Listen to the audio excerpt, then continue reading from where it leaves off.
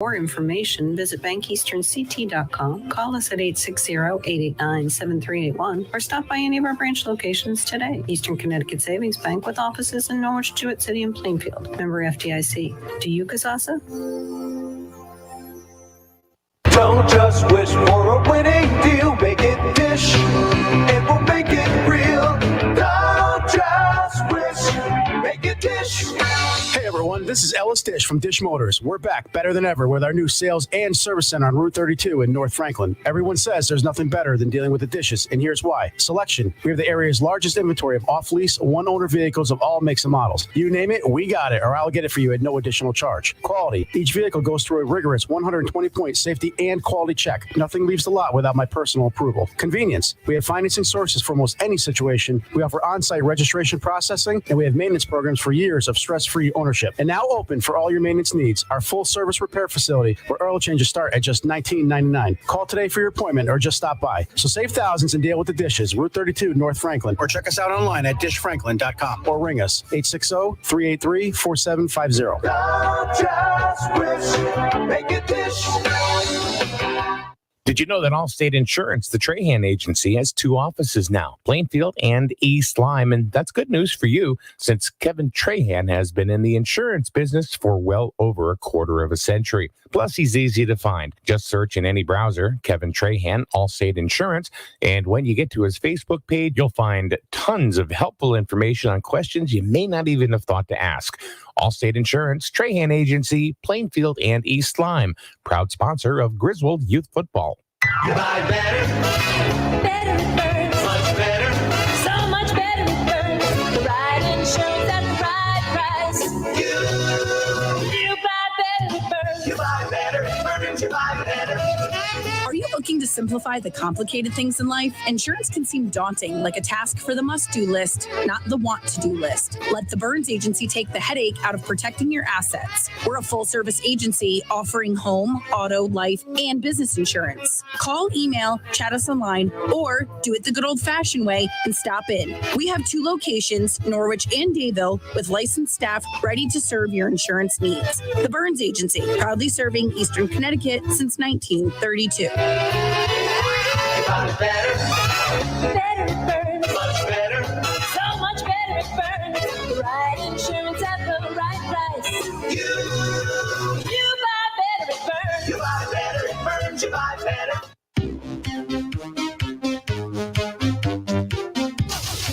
Your community radio. News and talk every morning. 80s all day. SNSN. All right. We give you good what you morning. want, what you really, really want. What the heck is going on here? Stop that. We're backup vocals for a great tune. All right. We are here finally. It is Wednesday morning here at SNSN. My name is Mike. You pretty much already knew that. But you already, I'm sure, know the gentleman that is standing next to me as well. It's Ray Churchill from Griswold High School. But, of course, from today, more so the Eastern Connecticut Performing Arts Association. Good morning, Michael. Good morning. Yeah, I got to put my other hat on today. So this Saturday is the big jazz festival. Yeah, the big old jazz fest this Saturday. Yep. It's going to be at Yurechko's Tree Farm up in Griswold. Can you give me an idea? How did this all start? I mean, this is how many now? This is the third, right? No, this is four. Four. It would have been five except for COVID, Okay. the year we canceled, but this is four. And How did it start? It's a funny story. I share a property line with Phil and Lucy. I live right on the other side of the tree farm, between the tree farm and the river. And God, I don't know, 6 years ago, I think he invited us over for a 4th of July cookout. And it was the first time I really got a good look at his property, and I'm just checking the whole runway out because he flies those little Cessna planes, and he's got a big grass runway right down the middle of the tree farm. And I'm looking at it, and I see the hill in the background surrounded by the trees, and I'm like, of course, it's dangerous when my brain gets boiling. And we're down by the grill. He's cooking me up a hot dog. I'm like, hey, Phil, would you ever entertain the idea of holding a music festival here?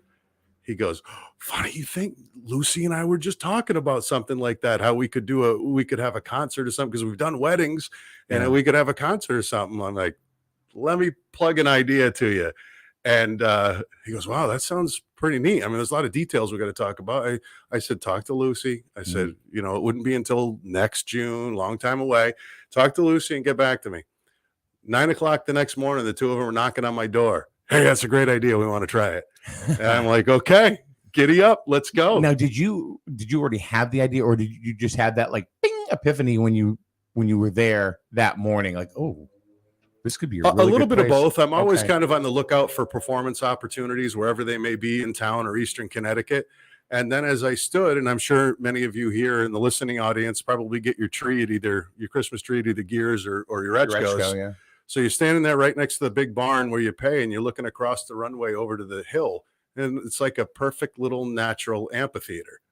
And you set up the stage facing the hill, and I could just see, you know, the picture in my mind's eye. You could see where the stage is going, where the audience is sitting, where the food trucks are, where the parking would be. Yeah. And all I had to do at that point was to get Phil and Lucy Just sell the idea off. Get comfortable, let them get comfortable with the idea. And and I'm sure they didn't know what to expect. You know, they're not really show or performance type people. So I think they just liked my idea, but never kind of knew what the final product would look like.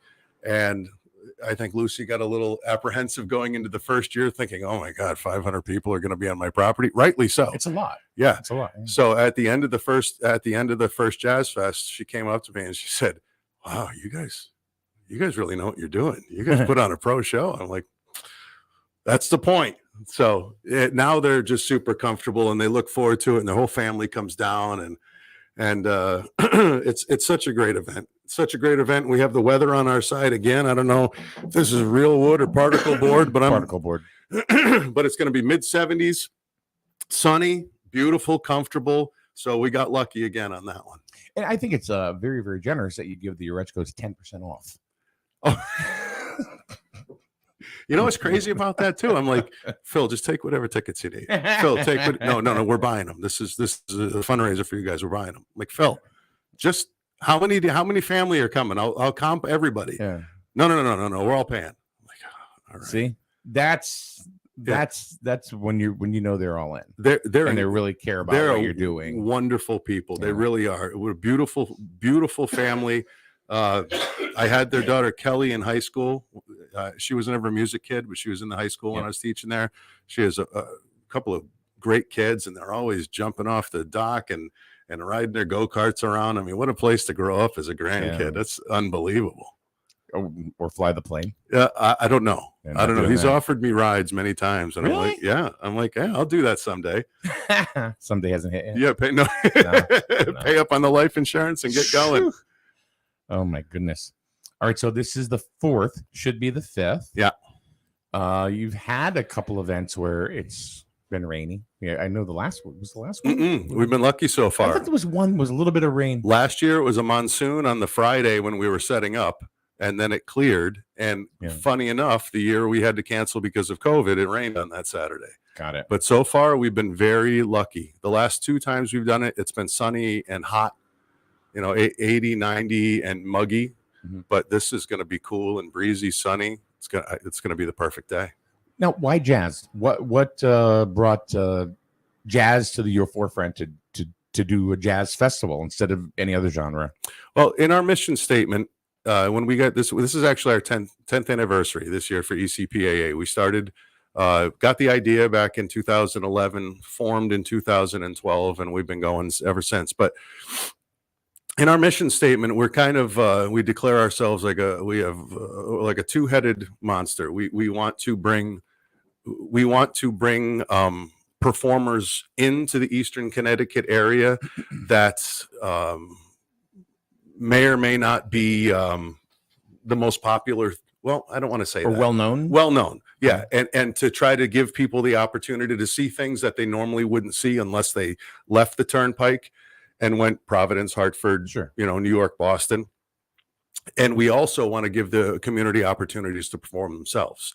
So this would fall into the first category where we're bringing acts from the outside. But why jazz? Jazz is one of those genres that to folks on the turnpike, in a lot of cases, you say jazz, they go, oh, I don't like jazz. I don't listen to jazz. It's elevator music. Well, yeah, that is a form of Some of jazz. it. It's light jazz, Yeah. but jazz is such a massive genre that they like jazz and they don't even know it. Mhm. All right, it's blues. Like this is not truly a pure snooty uppity jazz fest. Excuse me, I'm froggy. It's a jazz fest with all its subgenres. So we do have one traditional jazz group, and that's Bill Seafood All Stars, which former music teacher at the middle school, Lou Baccarelli plays bass on that one, and they're a traditional jazz group. And then you coming in with probably the biggest name on our ticket is Al Copley. He was the former, for old guys like me, he was the original piano player for the group Roomful of Blues. Oh, okay. So All right. he's a blues piano player. He's tours around the world. That's all he does. He's actually very famous in that world. So he's a blues piano player and a singer. Then the next group up is the Chris Lee Band, that's the only group that's been there all 4 years. And I just call them dirty blues. You know, it's just that dirty, heavy electric guitar, really bluesy, lip biting, dancing. Oh, that's good. And then Swanky bass. It really is. And then the final group we're going to have is a group that's become very popular in this area called Souls on Fire. And again, that's not true jazz. That you're never going to hear that in an elevator. It's more of like a Chicago or a Tower of Power. It's a big horn band. So they do some Motown. And I think to the jazz elitists, the purists, something like this probably bothers them a little bit because it's not jazz. Okay. But it's the genre of jazz, the big picture genre of jazz, and I've tailored the event to what folks around here would enjoy listening to. You know, we had a gentleman that Greg Abate, he plays alto sax, and he's world renowned. Mm-hmm. I mean, he was last year when he was playing Jazz Fest, his record was #1 on contemporary jazz charts. I mean, this guy is huge. Yeah. Berkeley grad, lives in Rhode Island, tours the world, but he plays this style of jazz called bebop, and that's a very uppity type of jazz that if you're a jazz musician and you listen to him play, you're like, oh my God, this guy's a god. He's incredible. But you know, if you're a casual jazz listener, it's not something that you might be able to chew into. And we had Greg for 3 years. I'll probably invite him back again in the future, but we went with an extra blues band this year because it's just get up, take your shoes off, dance, have fun. And I really think the town will love the lineup this year. It's fantastic. Souls on Fire. Souls on Fire. Now, you know that band. I know them well. Well, I know a couple of them, especially Don. Yeah, Don Costello. I used to work for him. Did you? Yeah. Yep. When he was in radio. He's a talented cat. This is back at the old WNLC. Yeah. On it was a Foster Drive in Waterford. Right. Right off a crossroad. And he was my second gig in radio I've ever had. And he was just easygoing. Yeah. That's just, you know. He's a great guy. And then when I found out that he was in the band, or he was the leader of the band, I'm like, that can't be Don. Mm-hmm. And it was Don. And I said, Don, is that you? And then I ended up seeing him at the movie theater, and we talked. And for about 10, 15 minutes, we almost missed our movie. Right. And just to hear about, you know, what Souls on Fire, you know, what they've become, what they've started, and what they've now become. And you're right. They are probably one of the most popular bands in this area, if not the most popular. I mean, there's another band, you know, a rock band that's out there, Red Light, you know, great guys. Yeah, I know them. But I think these guys they have more recognition now. They're playing the casino a ton. They're always in the Wolf's Den. Yeah. They do a couple of gigs a year for us. It was the Atrium. I saw them at Foxwoods. That's when I first saw it done. That was, and I think the secret to their success is they've hit such an entertaining brand of jazz. Yeah. You know, everybody likes the big horn sound. I don't even care if you're not, It. It's just that big wailing, you know, the old Chicago of the 70s and 80s and Tower of Power and any of those big horn bands. They got a lot of power. They got the people that are playing are not casual players. These are all like music teachers in the area and pros. And it's funny that you mentioned Red Light. I'm gonna have a proud papa moment here for a minute.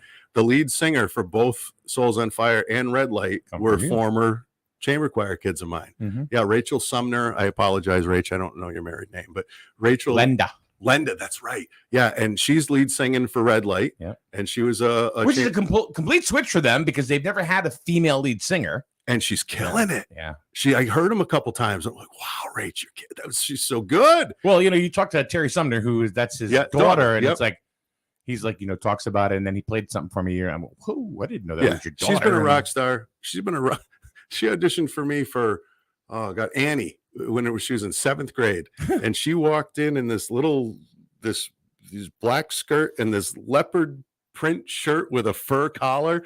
I'm like, this girl's got some pizzazz to her. And she was a staple of our program for the next 6 years after that. And then Maddie Lash, who's singing for Souls on Fire. I don't know if I've had a better blues rock funk voice come through my program than her. She is an absolute monster. Yeah, I was Paul Lash, her grandfather, comes here, and we do the show Monday, Wednesday, and Friday together.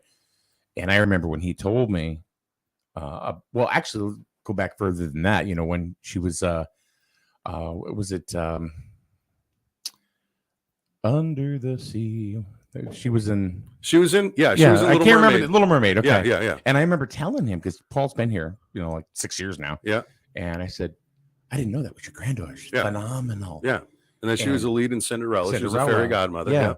And that was pretty much her show, wasn't it? Everybody got to know her there. Yeah. That's for sure. She had her coming out party there because she's a very soft-spoken, underspoken girl. Yeah. She's sweet. I mean, she's got a world of confidence, but you'd never know it. I just love that kid. And I mean, she sings everything well, but when she sings with the band Midnight Train to Georgia, oh man, you're sitting there going, you got to get picked up by somebody that you're going to be huge someday. Now just to finish that story, I said to Paul, I said, she strikes me as someone that really is going to kill it on Broadway. That's not even her love. Really? Honestly, that's not, at least it wasn't her senior year. Cause when we were working on Cinderella, she had to sing with a more classical style as opposed to a pop blues style. So I said, all right, hon, just do this and this, arch your soft palate, yada, yada, yada. And she busts out with this sound. And I'm thinking, you're better than most grad students in college right now in opera programs. And I told her, I said, you realize you could go to college for free if you were to sing classically. And she goes, that's just not what I like to do. Okay, then go do what you want to do. And she just tears it up. Her grandfather, of course, is, proud grandfather. And I am familiar with, her dad, Mike. Yep. And stuff. Very good guitarist. Yeah. So, the music runs in their family. Yep. I know she was very, very nervous for, I think it was Philomena's. Mm-hmm. Yeah, her first real gig. Yeah. And I remember Paul coming in the next day and saying, Ray was there supporting. Oh, it was a social in New London. Yeah, it was a social. Yeah. And so I know he was very, very proud to see you there. And he goes, yeah, she really is killing it. Oh. And now she's going to be at the Jazz Fest. Yeah. That's such a rush for me. It's such a rush. And plus the people, I just can't, when that band's singing and she's on the mic, I'm just going to sit back and watch the audience, and I just want to see their eyes and their heads start shaking, going, where did this kid come from? Yeah. Because she's absolutely wonderful. Kathy Baccarelli, who is the middle school choral director here in town, retiring in 2 weeks. Congratulations, Kath, after 36 years in the business. Well-deserved. We'll miss you. But I guess their past lead singer was not able to do as many gigs, and they were looking to replace her. And Kathy walked up to me in the hallway one day and said, Ray, our lead singer, I think is gonna be leaving. You got any ideas for a replacement? It didn't take 2 seconds, Maddie Lash. Really? And she couldn't believe it. I came up with the name so fast. She thought I'd have to think about it and get back to her. Like, no, Maddie Lash. That was it, huh? And that was it. And I gave her contact information, and she went in for an audition, and Don and the band loved her. And that's it. She's singing for him now.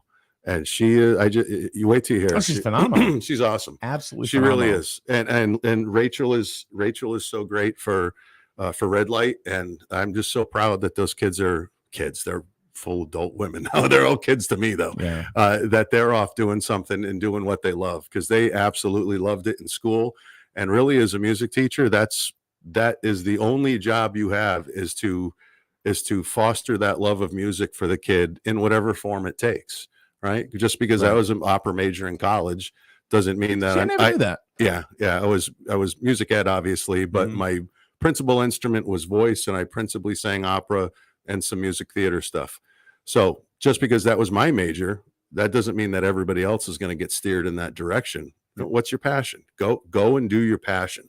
And both of those ladies have. And Rachel took a lot of time off to have a family and to be in the world of work. And then she got this invitation to go sing for Red Light, and she's made the most of it. I'm so proud of them both. It's fantastic. It's amazing. And you'll hear Maddie on Saturday at Jazz Fest. Where these kids are coming from, right from Grizzle High School. Yeah, isn't it great? Yeah, it's great. Proud Papa. So Saturday, what time does the whole thing start? That's the whole shindig at Yurechko's Tree Farm on Saturday starts at 1. Doors will open at, I think I said 12.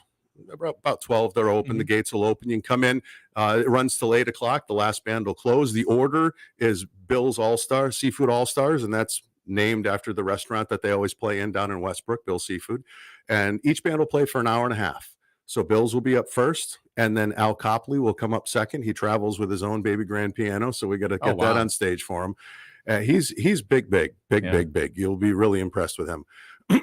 And Al Copley will go second, and then Chris Lee and his band will come on third. So that's blues, and then Tower of Power. Souls on You're Fire. Still a young man. Yeah, Souls on Fire will finish it off for us. That'll get out about 8:15. We don't have any lighting in the parking lot. Obviously, it's a tree farm, so we got to try to get everybody out of there by sunset.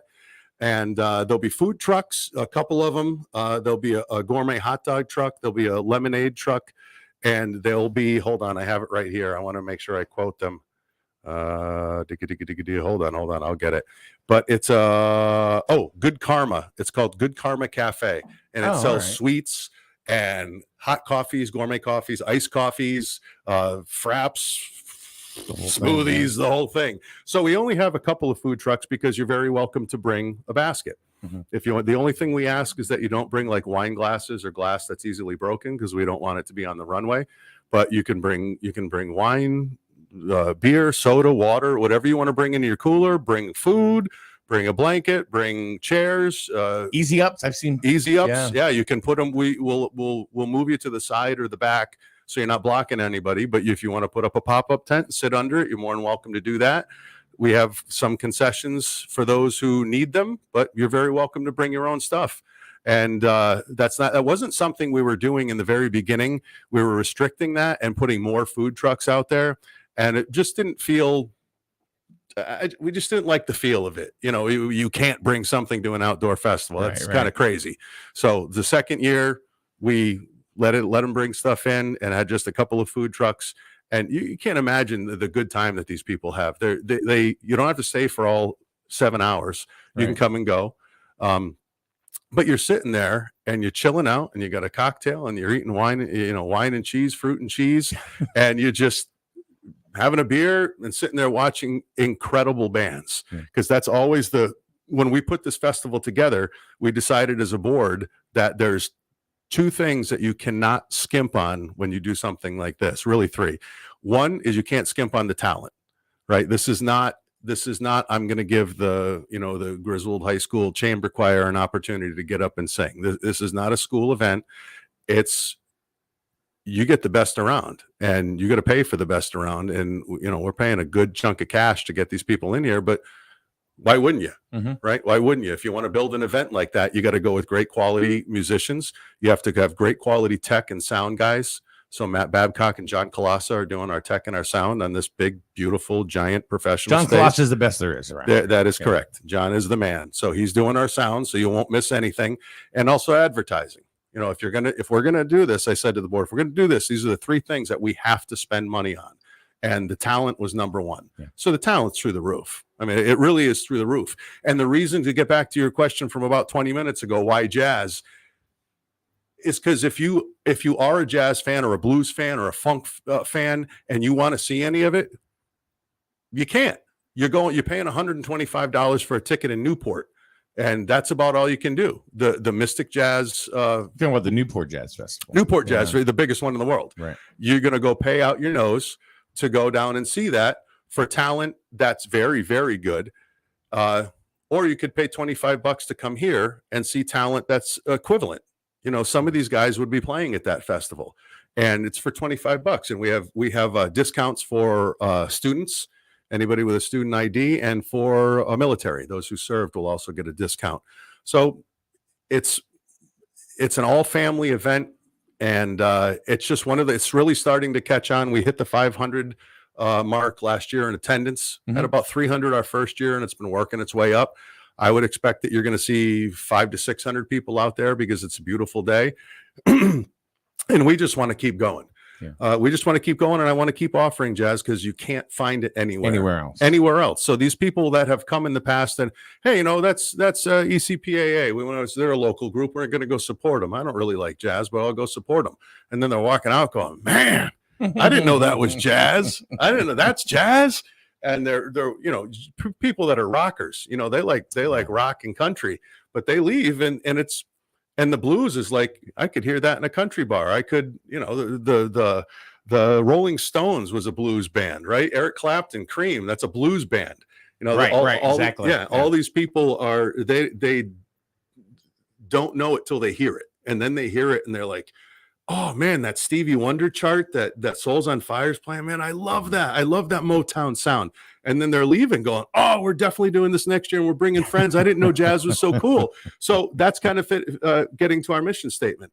And we have talked about the possibility of doing a different type, not in place of it, in addition to jazz. We've talked about the possibility of doing a rock fest or a country fest or something like that. But it was really important to me to start with jazz just because it's the least available genre of music to find around here. And it's really cool. And I think once people hear it, they'll be like, all right, I found another musical love that I can listen to. And it's an event that people can look forward to every year. I hope so. I hope they do. And it's beautiful. It's you can't get a more beautiful piece of property. And we thought about going up to the overlook at Gears because that's gorgeous. It's just not big enough for what we need to do. And I could see that. Yeah. And Phil's runway is huge. It's huge. I mean, literally, I could sell 10,000 tickets and seat everybody. You could fit that many people in there down that runway. That runway is like 3/4 of a mile long. Good point. And 75 to 100 yards wide. I mean, that thing is huge. That's a good point. I guess I didn't look at it that way. Yeah, so. I hope someday we have that problem. I hope we run out of parking, but the parking is free and you'll have parking attendants and there'll be handicap parking and really anything you possibly need. If you have a hard time getting around, we'll have handicap parking and we'll be able to put you in a golf cart and get you right to where you want to sit. And there'll be plenty of porta potties, hand washing stations, as I said, really cool vendors. And you just can't get a more beautiful New England setting on what's going to be a beautiful day. It's going to be a beautiful day. We are a rain or shine event. We were going to go either way because I already paid the band. So we're we're definitely playing. But luckily, I don't want to jinx us. It hasn't happened yet, and it won't happen this year. Gorgeous weather forecast. So we know about the Jazz Festival that is coming this Saturday. Yep. And how much fun that's going to be, and some of the local talent, some of the world-renowned talent that is going to be there. Let's talk about a couple. I know you got to get back to school. Yeah, I do. I got. Oh boy, yeah. I've been shibber-chapping. Yeah, I got piano 2 starting at 9:00. So there's a couple of events I know you wanted to talk about. One of them is tomorrow night. Yeah, tomorrow night. I'm going to put my other hat back on, and I'll go back to the Griswold teacher now. We got a senior in our class. Everybody loves him. His name's Nick Guile. He's confined to a wheelchair. He has been his whole life. And he's just the sweetest kid in the world. He's been in chorus for 4 years. He's the king of the whole school. Everybody loves him. I call him Hot Wheels. And and he's such a great kid. But anyways, the Business Entrepreneurship is running a fundraiser for him tomorrow night because he's been getting everywhere he needs to go in a handicapped accessible school bus his whole life. Now he's graduating and he is going to be in his battery powered wheelchair his whole life. So the family doesn't have enough money to get a handicap accessible van.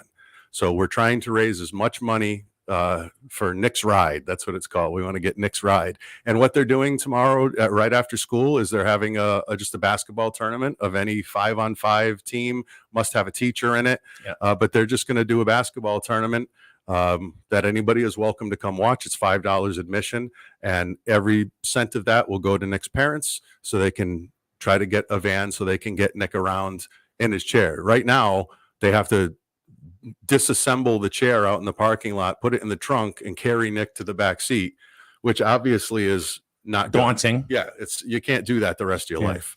So we're going to try as a community to get as much money for the family so they can get a wheelchair, handicap accessible van, so they can just wheel him right up the ramp, put him in, lock him in, and he's good to go. So good. For a special, wonderful kid like that, I mean, the community should come running. If I had 1,000 just like him, it would be great. Yeah, absolutely. And another event that is coming up is going to be happening. Is it the fall? It's August. Yeah, this okay. is very cool too, and I'll explain it quickly because I really do have to go do my day job. And it'll be called Broadway Stars on Stage, and this is an idea we hatched earlier in the spring into the winter. And again, part of our mission is to bring talent into Eastern Connecticut and also to get local people on stage. Mm-hmm. So we're doing this event up at the Luce Performing Arts Center in Woodstock on their Woodstock South Campus.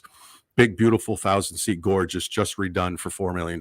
Good Lord, it's beautiful. So anyways, pocket change. We have a friendship with a Woodstock alum who went to college to be a vocal coach. And now he's a vocal coach on Broadway. So he's and he's taken, his name's Jared Trudeau, and he's done some shows for ECPA. Any ECPA fans will have seen him sing before. And he has obviously a huge connection on Broadway. He's vocal coaching most of the leads that are in The Waitress and Dear Evan Hansen and what else? Cinderella, a lot of the big ones, Beetlejuice.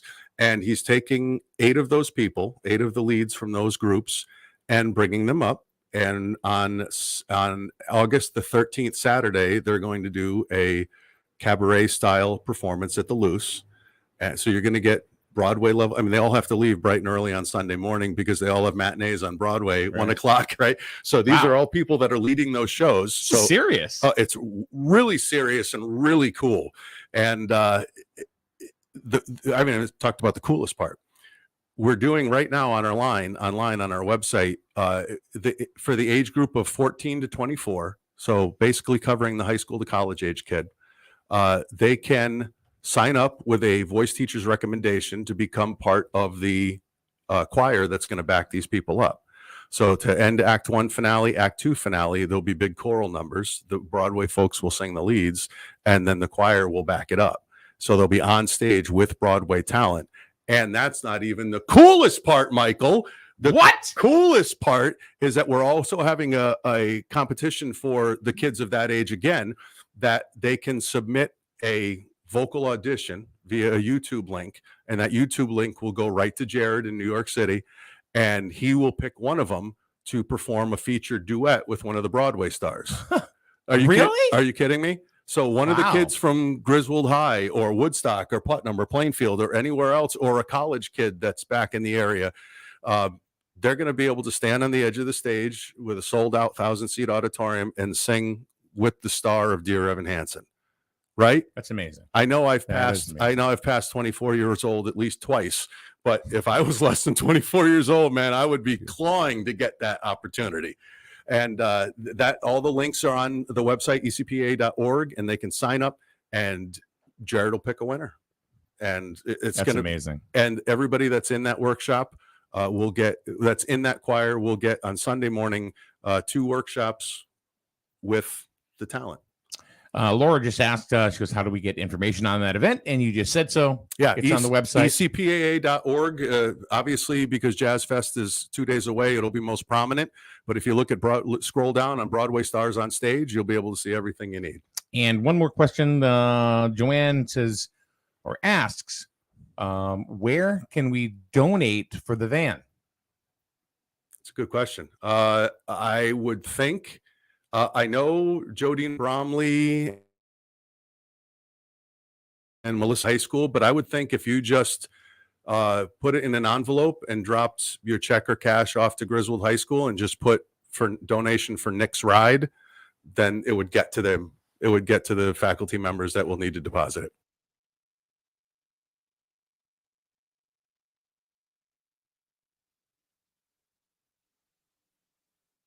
Might be easier. Okay.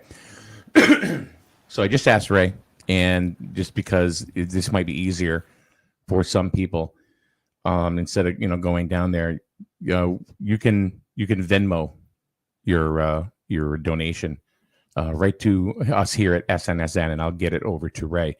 So you can great. You can go to Venmo, and it's just at SNSN-radio, at SNSN-radio, and make whatever donation you feel that you want to, big, small, short or tall, it doesn't matter. Yeah, that's great, Mike. Thank you. That's really cool. And then I'll get I'll screenshot them all for you so you know that which ones are coming. But perfect. So at SNSN-radio on Venmo, send your donation.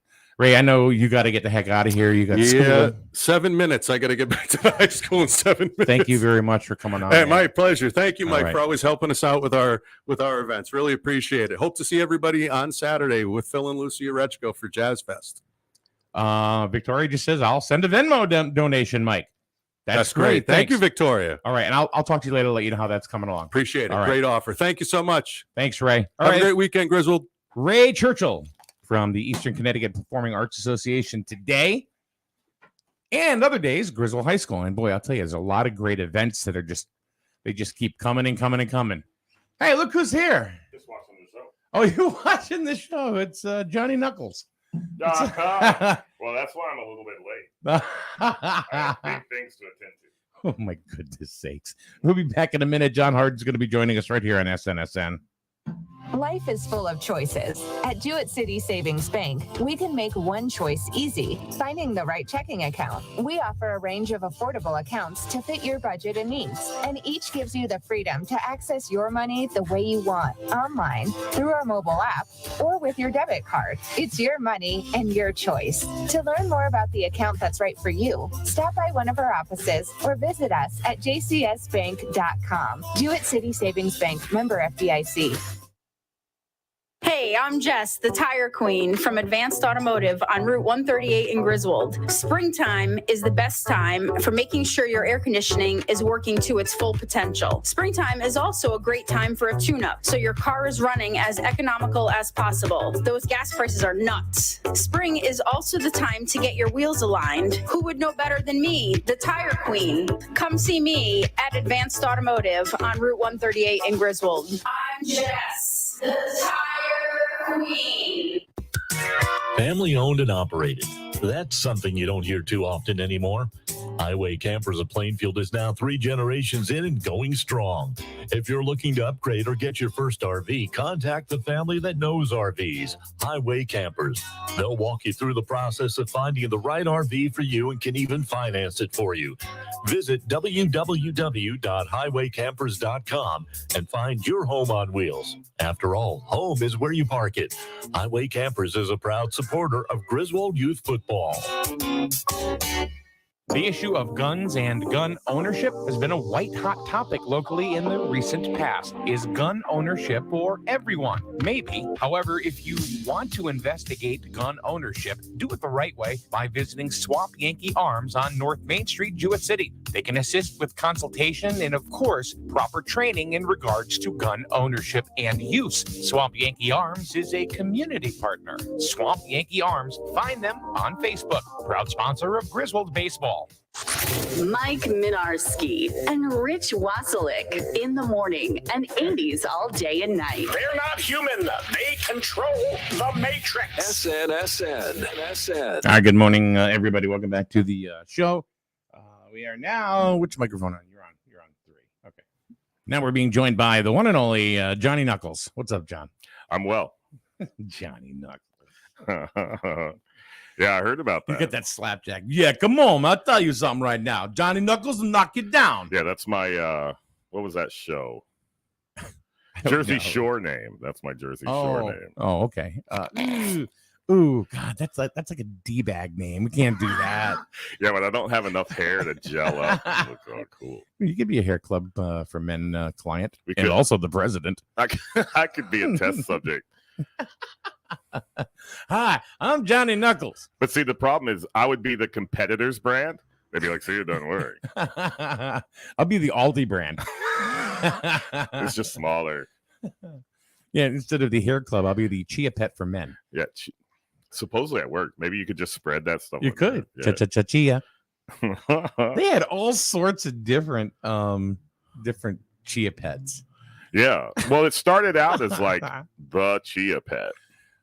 Yeah. And then they started going into like presidential Chia Pet. They had a Bob Ross Chia Pet. That's a natural fit. I know. He was a happy little Chia Pet.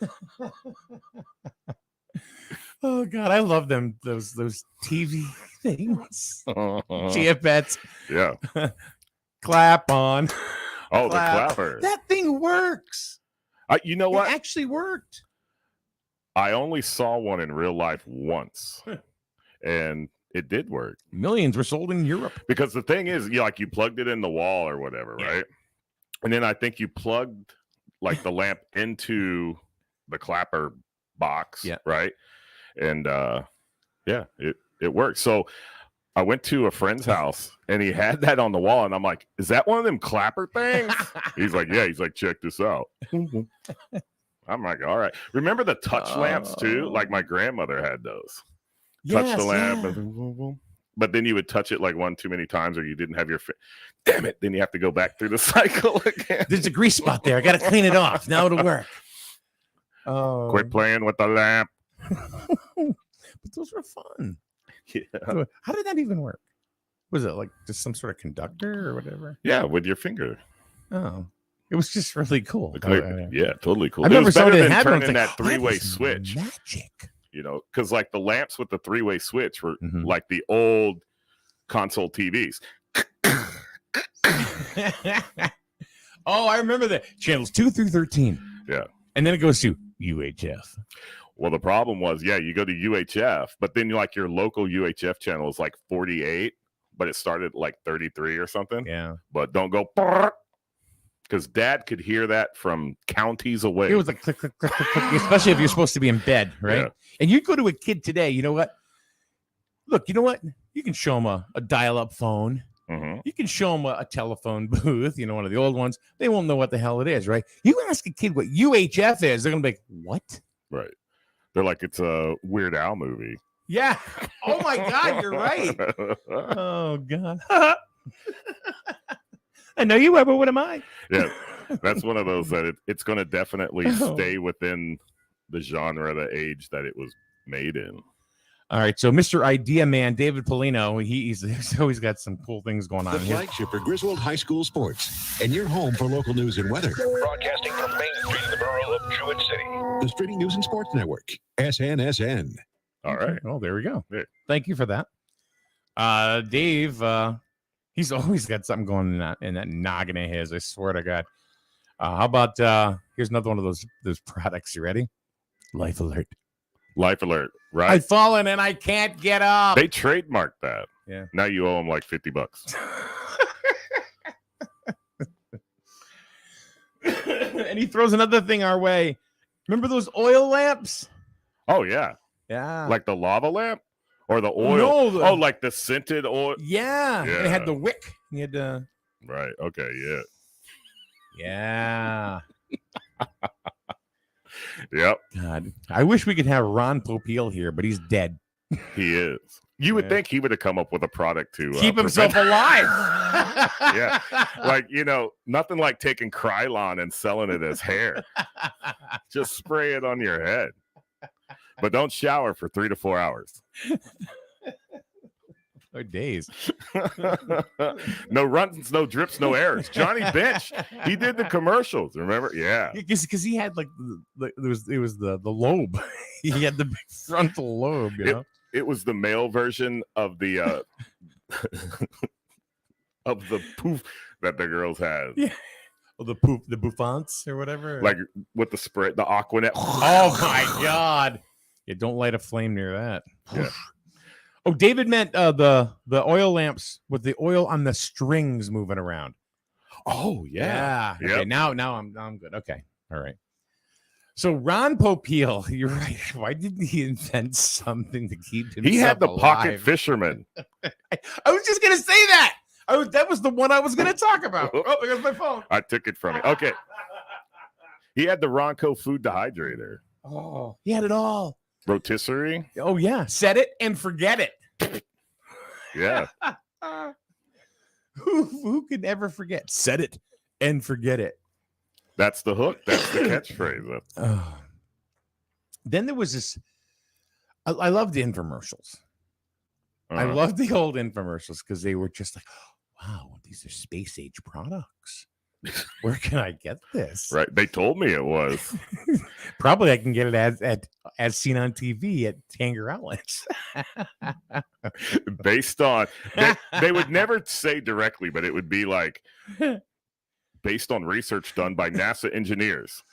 Not that NASA engineers had anything to do with it. It was based on research. New space age technology. Daryl says I still have that rotisserie. Does it work? I would think it's just a rotisserie grill, you know. Would he keep the rotisserie or go to an air fryer? Oh. Oh, okay. All right. That's Yeah, next week's. that's next week. Yep. The clue is set it and forget it. Is that Scott Fryer or is that air fryer? Or is it Ron Popeil? Ron Popeil. We got to add a third category. Billy Mays. But Billy Mays was like the second coming of the infomercial guys. He was the next generation. Yeah, he wasn't the original. They had this guy named Mike, and he kind of looked like I don't want to stereotype, but he looked like he was from a nice Jewish family. Was he the sweater guy? Yes. Oh, he had the Bill Cosby collection of sweaters. Yes. Yes. From the Cosby Show. And he did. I remember the first one he did. It was stuff that came in, looked like a toothpaste tube. Mm-hmm. It was called HP 9000. Now that you say that, I think that sounds Hashi familiar. pour. And they had like some English guy that was going around going, look, Mike, look, it'll go ahead and it takes it right off.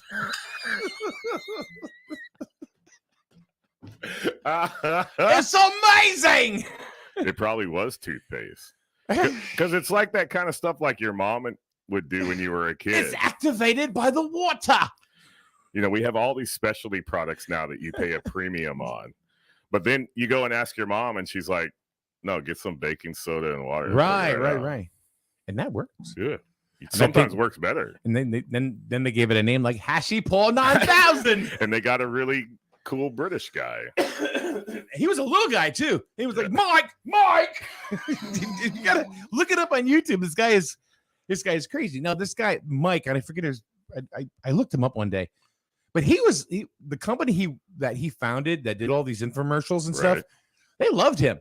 He was just a nice guy. He died in his early 60s of cancer. Okay. But then again, Ron Popeil, why didn't you have one of those devices, you know? And but he was he was like the king, but he was before Billy Mays. Well, he didn't get the juicer. Who was the old fitness guy that had he would juice anything. He would take your ficus and be like, there I go. Oh, what was his name? I don't know. Let's put it in cactus. Somebody bring in the aloe plant. Yeah, it's fresh aloe for burns, cocktails, monkey juice. So, but that's the thing is like you got the infomercial, and let's say you have the British guy with his magical tube of stain remover, whatever. But then the host, he's like the straight guy. Like I remember the sweater guy was kind of the straight guy. Yes. And like they would make a claim or show him something.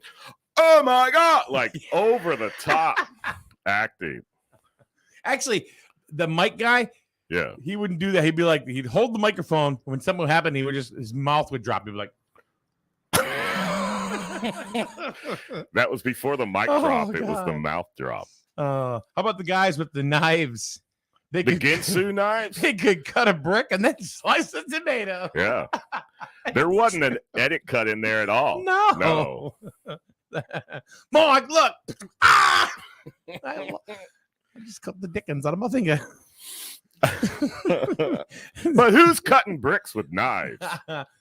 Some guy in an infomercial. Who was the guy? Tony Little. Oh, yeah. Right? It was an elliptical, folks. It's all that it was. You know, what did they call it? I forget what the hell he called it.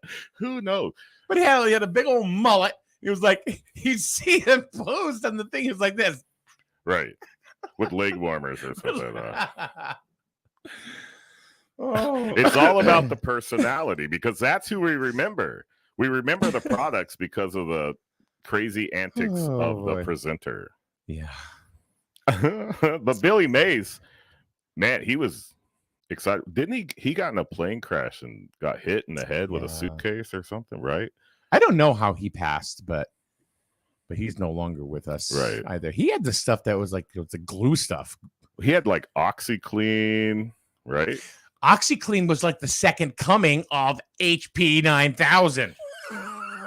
They kicked it up a notch. That's exactly what it was. Let's see. Oh, the Hulk Hogan grill, not the George Foreman grill. That's when you get at Aldi's. You know, that would be in what's the row they call it in there? In Aldi's. Oh, crap. Do they actually have names for the rows? Because you can get Isle of Shame. Isle of Shame. Because like in Aldi, and I actually go there quite often. I don't have a problem with them as a store. But the thing is, like, you can get pool inflatables, turn around, get some cucumbers. Yeah. They're like, what? All right. The only problem there is, like, if you want to get a 6-pack of something at Aldi's, it comes in a 4-pack. Yeah. You're like, oh, man. I always make fun of Aldi's because they're all off-brands, you know. Yeah, isn't it foreign? It's a foreign company, correct? No, they're out of Germany. They're a German food company. Well, that's a foreign country. Oh, I think you said flooring. I thought you said flooring. No. Like, they don't do flooring. Yeah, Floor's directing. So here I am thinking you said something stupid, and here I am saying something stupid. Stupid.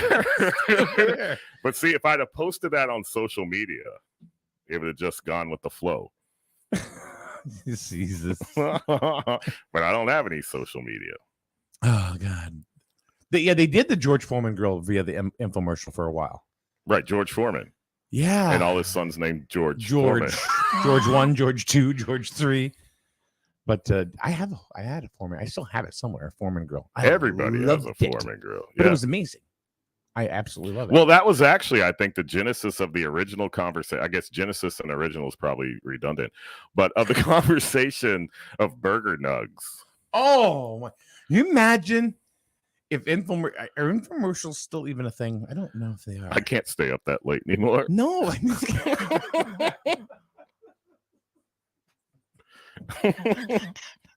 Neither can I. But do they even make them anymore?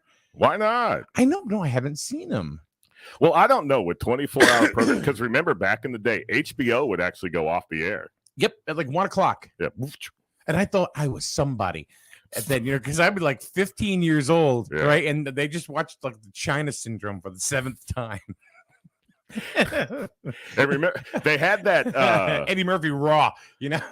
They had like a camera. It was like the original drone footage of flying through that miniature town. Yeah, that like diorama.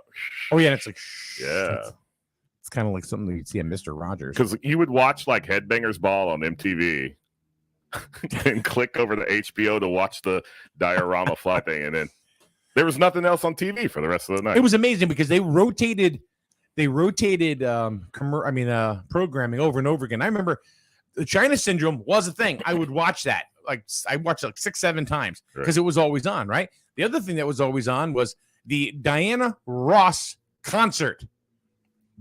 Like you say it like it's the concert. Yep. It's like the Elvis Presley comeback concert. Like that's the leather and she suit finishes it up with "Ain't no mountain high enough." You know, it was a really great show, and I loved it. And probably the other thing is I fell in love with The Wiz. Oh, that was the Michael Jackson take on the Diana Wizard Ross, of Oz, right? Yeah. And that was then they finally grew up and started carrying more stuff. They did, and then they got some competition because then that was like when Cinemax came out before Showtime, right? I don't know. But the thing was, when HBO would normally cut their programming, that's when Cinemax put the dirty movies on. That's when they would, and then Skinemax was on. Yeah. Let's see. David says I would just switch to the USA Network and watch. Oh my God, Rhonda Shear's Up All Night. Rhonda Shear. Wow. Yeah. Whoa.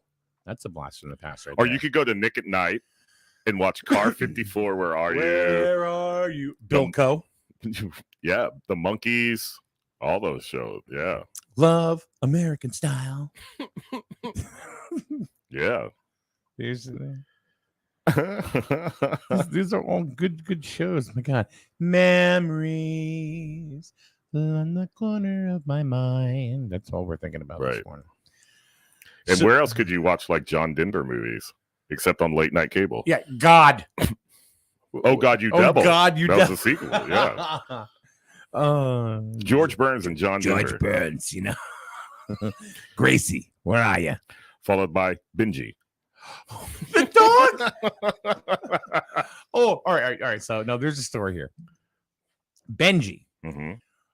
When I was a kid, I was like, I don't know, 7 or 8. We went to the drive-in to see Benji, and then we went and saw Benji 2. Right. But then they came out with another one, and it was the stupidest thing. I just kind of like, even as a small kid, I'm thinking, this sounds stupid. Benji, the Hunted. Who's gonna hunt Benji? No. Kojo came back, and he's got a grudge against Benji. Well, actually, I might watch that. Benji, the Hunted. I thought you were gonna say like Benji Lost in Manhattan.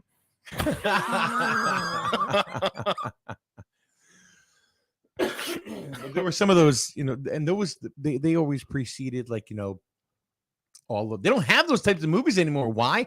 Because we have virtual reality and CGI and all that stuff. So it's not the same. Benji was cool. Disney animation. Yeah. You don't need to, follow Benji through the Bronx or anything like that. Benji jumping out a window, running through the backyard, going along the fence line. Jumping off with a double flip and a half twist. How do you write that screenplay? Like, there's no dialogue. Know. Dog jumps out window, does dog stuff. All right, film it. Oh, Lost in Space. Yeah. Lost in Space. Danger, Will Robinson. Danger. Yeah, the arms were like this. They would tell the actor, just be a T-Rex. Yeah. I've got little arms. How about Rin Tin Tin? Okay, another dog. Yeah. They're all dogs. Right. All dogs go to heaven. All dogs go to heaven. Let's list all the dog movies. Or shows. Lassie. Old Yeller. Did you cry at Old Yeller? I don't know if I cried. I don't remember That's crying. the big question. You want to hear something? What's that? I've never watched Old Yeller. You never watched it? No. Because, see, that would be one of those movies. It would be like a Saturday matinee movie. Like in the middle of the day on some, I don't remember what channel, but they would show movies. Oh, yeah. You imagine that Channel 56 in Boston. They're going to go, all right, what are we going to play at 2 o'clock after Creature Double Feature? If the kids are scared, let's make them little sons of bitches cry. Yeah. So we'll put on Old Yeller. And then followed by Pet Cemetery. Yeah. I have seen that one. Oh, yeah. I've seen that a couple times. Oh, God. Some of these movies are just hilarious. I never understood, like when they did Creature Double Feature, some of the creatures that they had. Who was the turtle? Megatron? Oh, I don't know. Is that Megatron? Because Godzilla, you knew. Yep. Godzilla, yeah. But I thought Tokyo was never the same. No. And I'll tell you, those models that they blew up, they were built to last. They did. Like, you couldn't tell it's a guy on a sound stage stepping on cardboard boxes painted like skyscrapers. Like, he would get folds in the costume, like the rubber costume. When he would bend his knee, it would fold. Swamp Thing, David says, and Toxic Avenger. Oh yeah. Well, what was that? There was like Mystery Theater or something. Mystery Science Theater 3000. Yeah. And all that was just puppets sitting in a movie theater or whatever, making comments at like B and C movies. Right. I mean, really bad movies. But it was great. Yeah, that won some Emmys. Oh, I'm sure. Well, it was like the two dudes who were the on the Muppets, the older gentleman in the balcony. Statler and Waldorf. Even as a kid, those guys cracked me up. You know, they're named after two hotels in New York City. Well, that makes sense if you say the names. Yeah. That's where they got their names from, Statler and Waldorf. And did the Swedish Chef really have human hands, or were they puppet hands? You know, I'm thinking about it, and I would think human, and this is why. Is because one time he had a rifle, and he cocked it and shot it, and it was it's like day we make a shredded coconut, and he takes the kid, goes, you take the coconut, you throw it up, take the gum, boom, shredded coconut. But that's what broke Beaker forever. Huh? That's what broke Beaker forever. Oh my God, Beaker. Kurt. Yeah. I wanted, I always wanted them to do an episode of the Muppets, post Frog Leg days. Hey ho, Kermit the Frog. Oh, right. Oh. Well, he was always on assignment, like Rich Wasserlich. On assignment. That's right. Rich is on assignment. Oh, we got to God. get him a fedora with a press pass and the. Well, Rich is actually at work today, but one of the things that his back has really been bothering him. So, Rich, we hope you get better quick. I can Feel empathize better. with that. Yeah, he's been in a bad way. Poor guy.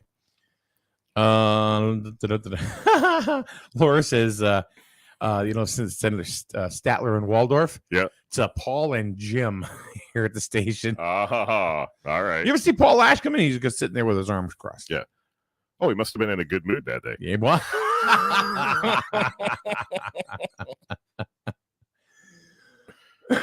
Oh God. And it's funny because David, his Statler and Waldorf are Paul and the other old guy who's usually in on Fridays. Ask Chris anything. Yeah, well, it could be Chris, but Chris he doesn't have that grumpy look. Jim, even though he's not grumpy, right, he has resting bitch face. He really does. He's a very caring man. He really is. He's a sweet guy. But he's got that look. Well, is like that the look like when you hit a certain age and you start hanging out at the barbershop all day, even if you're not getting a haircut? Like, is that the face? Well, it's certainly not the look of love, the look of love. I don't know what it is. It's common. You see it. It's almost stereotypical. Oh, I know what you're talking about. Like, I've been playing the same checker game for 35 years. It's your move. Let's go to Central Park and play chess. All right, we do that. There's some guy in his 80s waiting to play. I could play chess. That's horrible. I know the basic moves of the pieces. You get all crazy on the gambits and stuff like that. Yeah. Yeah, they're not making a movie of me anytime soon playing chess. Did you watch that miniseries? What was? Yeah, that was fascinating. But the girl? Yeah. Yes, that was very good. I forget the name of it. Maybe somebody. It was very good. I forget the name of it and the actress. But the series was great. The series was great. Not memorable, but I liked the plot. Yeah. It was very good. Matter of fact, Melissa, I got to be honest. I don't like picking things on TV, number one, to watch. Because number one, everything's a miniseries now. Mm-hmm. It's not just one and done.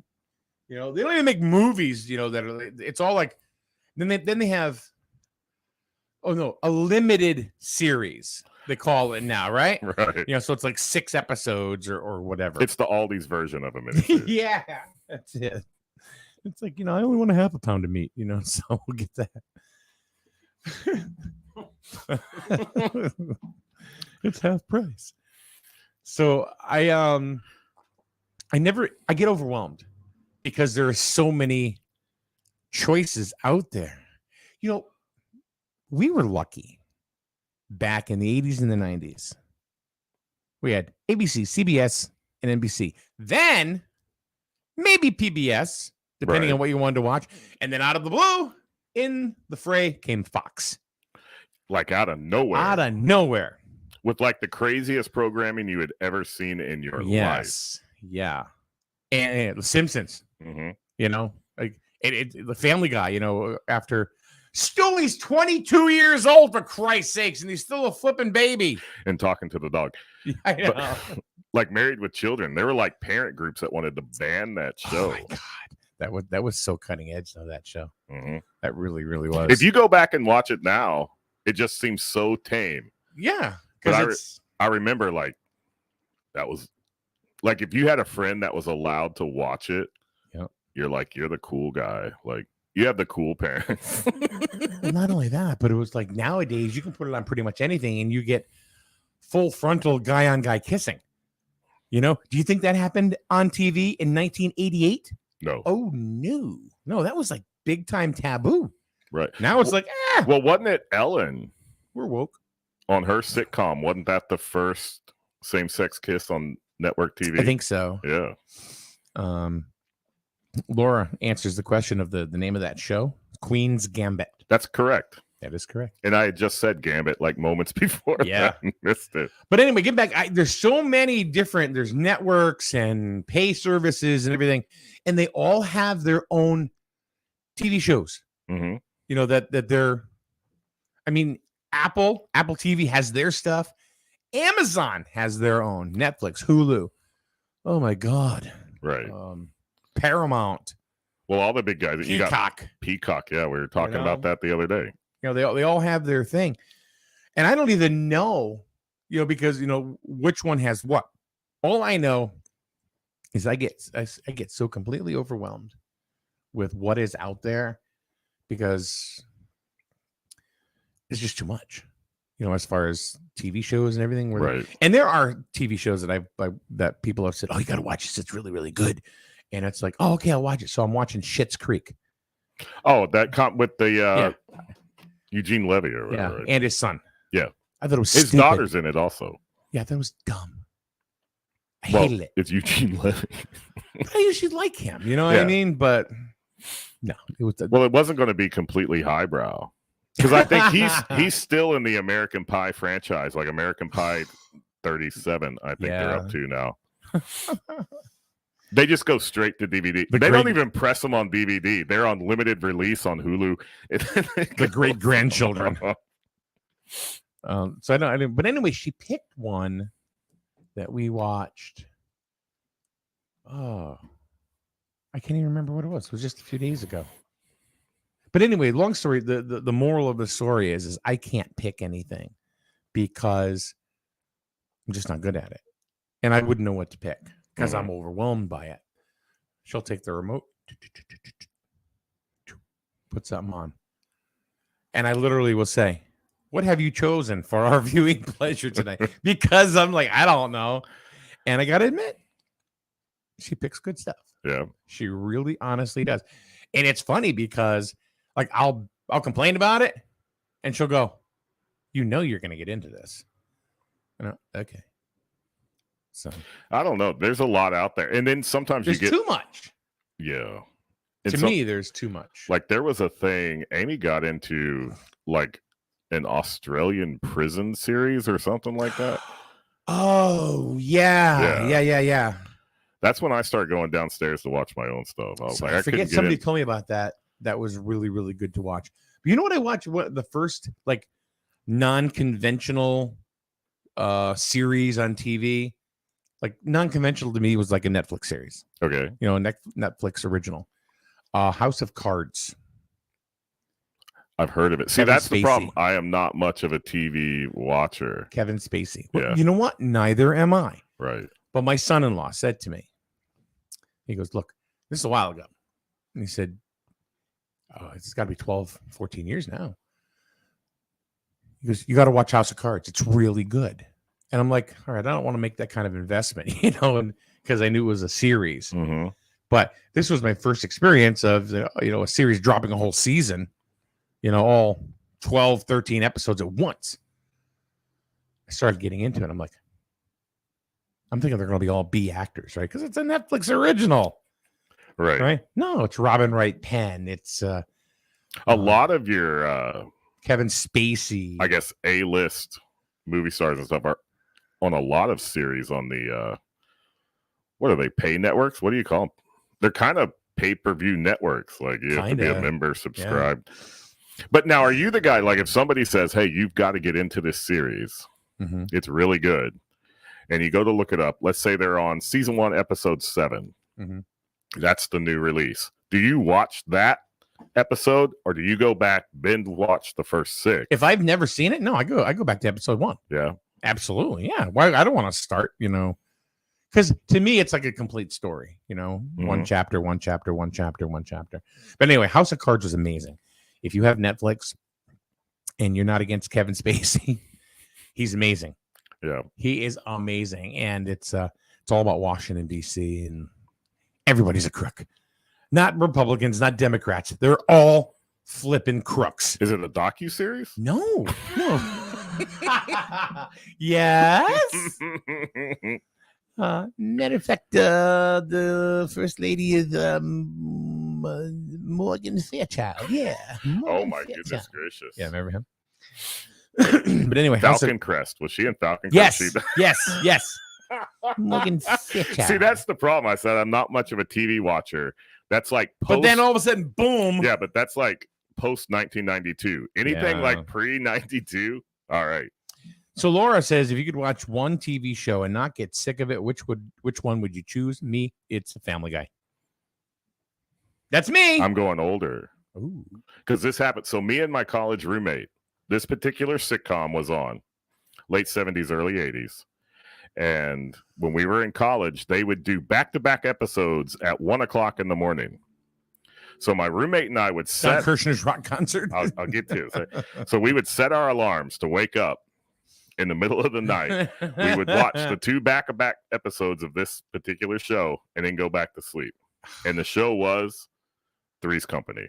No. Yeah. Really? Yeah. See, now you can just watch it on demand. You can wake up anytime and watch. So I have probably seen some of those Three's Company episodes like 8 times. There's a knock on my door. Won't you come on in? And like when you get to the point where because they don't always necessarily play them in sequence, right? They don't play the show. But then that opening theme song, it changes throughout the duration of the show. And you're like, you can kind of tell based on the thing, you'll be like, oh, they went back to like season 3. Brady Bunch is another one. I could watch Brady Bunch. Yeah. Over and over again. David says Barney Miller. Oh my goodness, yeah. Do you know there was a spinoff? You know what the spinoff was? No. Fish. Fish was a spinoff of Barney Miller? Yeah. Well, I know they had Abe Vigoda, right? Yeah. Well, back then, like but Barney Miller was a spinoff too, I think, wasn't it? Of like Mary Tyler Moore? That'd be a stretch. Mary Tyler Moore to Barney Miller? But like back then, like all the shows were like connected. They all lived in their own universe together. Yeah. You know, More for Mindy was a spinoff. From Happy Days. Yes. I'm gonna look up. You remember Soap? Oh God, I love that with Richard Mulligan. Yeah. Yes. That was it. And it was at the end. Next time on Soap does. Katherine Hellman was in that. Yep. You know, of course, she went on to Billy Crystal was in there. Who's the boss? That was Billy Crystal's first big role. He played a. I think he was like the first actor to actually play a gay guy on TV that was accepted. So, Benson. Oh, Benson! Oh my God! Now we're pushing it. Now we're pushing it. I'm looking to see if Barney Miller was a. I thought it was a spinoff, but maybe it is not. No.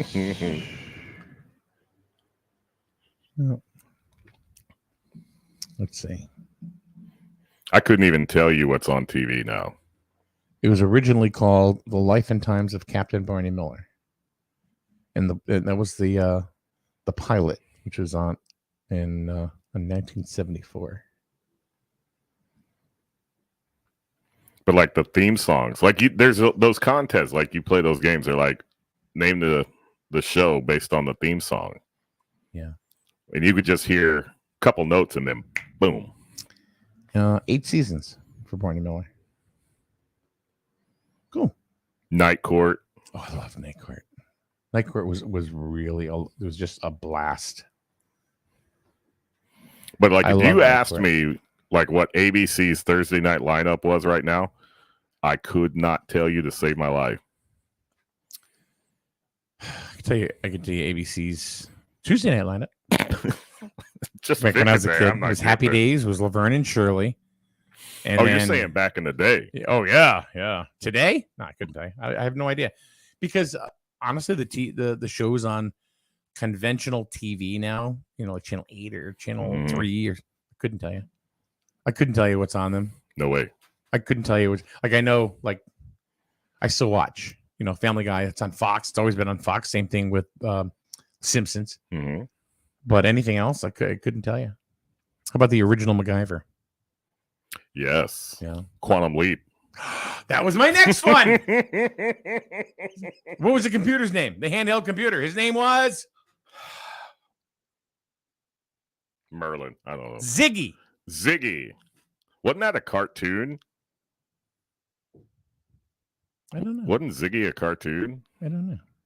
Oh, there might be copyright infringement there. Laura says they're all reality TV and game shows now. Game shows I'm okay with if they're actually good. But reality TV, I think it's come and gone, man. I used to love the old Beat the Clock. Oh, yeah. With Bill Cullen. I mean, the black and white version that they used to play on Game Show Network. Well, that's the thing. Like Bill Cullen, he was one of those guys. He was a game show host. Yeah. Because he did like 5 or 6 of them. Wink Martindale. Oh. Yeah, that's a classic game show host name. Wink Martindale. I mean, his parents were so forward thinking. He's gonna have great hair and a great name.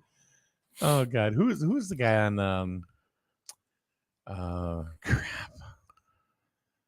Not Love Connection was Chuck Woolery. 2 and 2. Yeah. Bob Eubanks. Yeah. Then you had they didn't have sex, they were making whoopee. Husbands, according to your wives. And that's why, all the husbands sitting up there, no matter how long you've been married, you're like, I'm going to blow this one up. Yeah. And the women always got the ones right. And the guys are like screwed everything up every single time. And then getting hit with the cardboard. Oh, I know. Because that was high technology back then. And he said... with the Marks-a-Lot markers. So they're getting high up there. Yes. Remember those marks? Like you could smell them from the next room. Yes, yeah. All in the Family. Yes. Court says. Yeah. That TV show would not make it today and at all.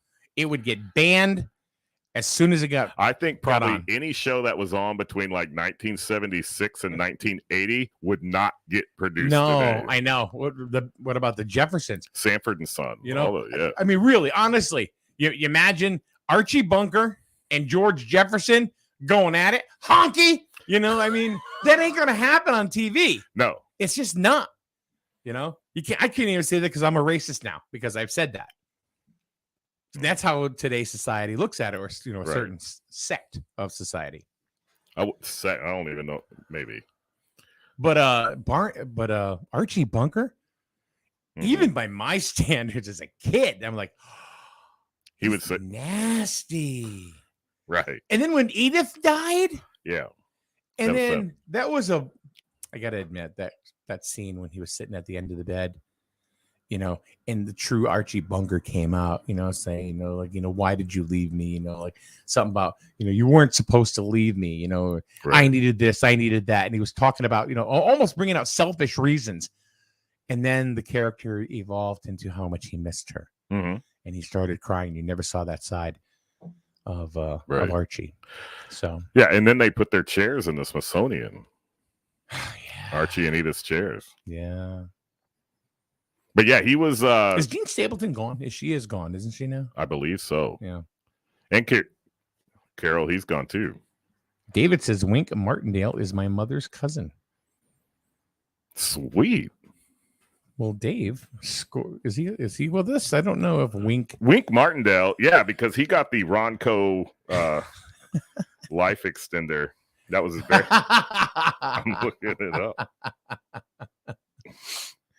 He's got to be with us. I can see Ron Popeil. I'm still alive right here. Put in the pocket plutonium right here in this switch, right? Tell us more about it, Walt Disney. And then Ted Williams. No, he is still alive. He is still with us, born in 1933. He is 88 years old, from Jackson, Tennessee. Wow. His actual real name is Winston Conrad Martindale. Yeah, Wink. All right. So there's one more thing I want to get to, and just really, I just want to kind of blow this out in the water, because I am ready. Society has now been saved. Society can now go back to its regularly scheduled program called Life, because the Johnny Depp trial is over. I had no interest whatsoever in this trial, this lawsuit. I could have cared less. No, but you know what's going on? Matter of fact, I like Johnny Depp less now than I did before. I didn't really know what the appeal of the trial was. I know it's going to now be a trial that is referred back to as changing domestic law in our country. I can tell you that. Mark those words right now. But I never really got into it. You can't avoid it because it is in the news and stuff. But when your 12-year-old comes up to you and says, "Did you hear what happened in the Johnny Depp trial?" No, and why did you? Like, who cares? Right. And you know, what was it? I think after it was all said and done, what is it? Johnny Depp got awarded a total of $13 million because he got 13 and then whatever. And then she won $2 million and then 0. But anyway, backed it out. He gets like $13 million. Right. Well, you know damn well she ain't going to pay a penny. No, you know see, why? that's the thing. Because there's going to be a mini series and it'll be on Apple Pay or something like that. But Amber Heard did not win her own part. And Johnny Depp as Johnny Depp. Right. Because you know there's going to be a mini series about this. Then, you know, they'll make the money and go, okay, now I can pay you. Amber Heard played by Jada Pinkett Smith.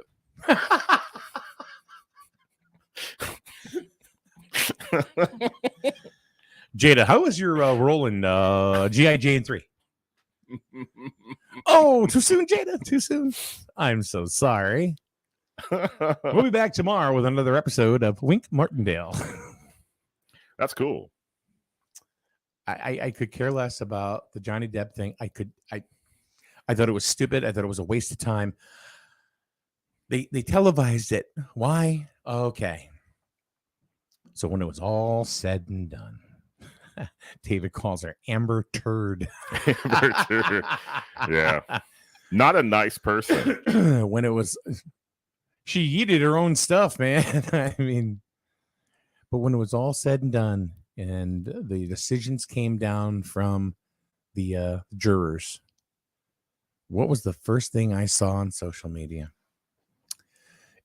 It was Melissa, my partner in crime at home, my love, my darling. Team Johnny. Heart, heart, heart, heart. You know, there's a marketing opportunity there.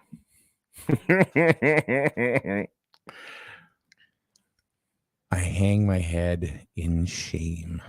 So were people really in their own camps of Team Johnny, Team Amber? I don't know. I really did not get involved with it. I don't know. But it started out as a defamation lawsuit. That's what it was, right? Yeah, defamation of character. It was a shit show. It really it's really what it was. It was just, and why, I don't know. People watched it probably because they were just huge Johnny Depp fans, or they wanted to see how this car crash was going to come out. Well, that may be, yeah, because you can't pull away. The rubbernecking is real. Yeah. Victoria said it just proved that Amber is a crappy actress. Yep. Yeah. That's the way it goes. All right. So Johnny Depp, don't care. Don't care, Johnny. You know, the only thing I liked was Gilbert Grape. You know, I mean, That's the only Johnny Depp movie you like? Yeah. Just not a fan of Johnny Depp. Just not at all. Not even the Pirates of the Caribbean. Not even the Pirates of the Caribbean. I saw the first one of those. Yep. It was all right. Wasn't my thing or whatever. But no, I liked him in Gilbert Grape. And even then he was boring. That's going way back. Not even Edward Scissorhands. He's always been really dark. You know, and I'm really not a big fan of dark movies. And so you don't like Tim Burton movies? No, I'm not a big Tim Burton fan at all. I didn't even like him as Willy Wonka because I'm thinking you can't screw with Gene Wilder. Yeah. You know what? Why? And then you got one Oompa Loompa digitized over 1,000 times. That was stupid, in my opinion. You know, I saw something just the other day that there were in the original Willy Wonka, there were like 9 Oompa Loompas. There were like 8 males and 1 female. I never knew there was a female Oompa Loompa. I didn't either. Huh. She was like the Smurfette of the Oompa Loompas. All right. No Johnny Depp. It's over. All right, John. Thanks for coming by. Thanks, Mike. All right, dude. All right, tomorrow we have what the hell do we got going on tomorrow? The old guy. That's right.